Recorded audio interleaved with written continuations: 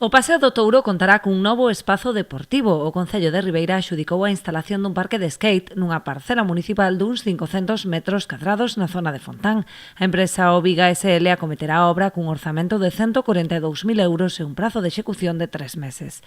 É unha obra, eu creo que moi demandada, incluso xa non só polos hábitos dos rapaces, sino que hoxe en día o skate incluso é unha proba olímpica e, polo tanto, bueno, sempre que sirva para divertimento, pero para a vez para facer deporte, pois para nós era unha prioridade. A zona do Touro vai a ser, en este caso, a agraciada, é unha inversión no entorno dos 100.000 euros que vai a facer a empresa Oviga, se non me equivoco, e, polo tanto, esperemos que nos próximos días se replantee e poda empezar pois a finales deste mes.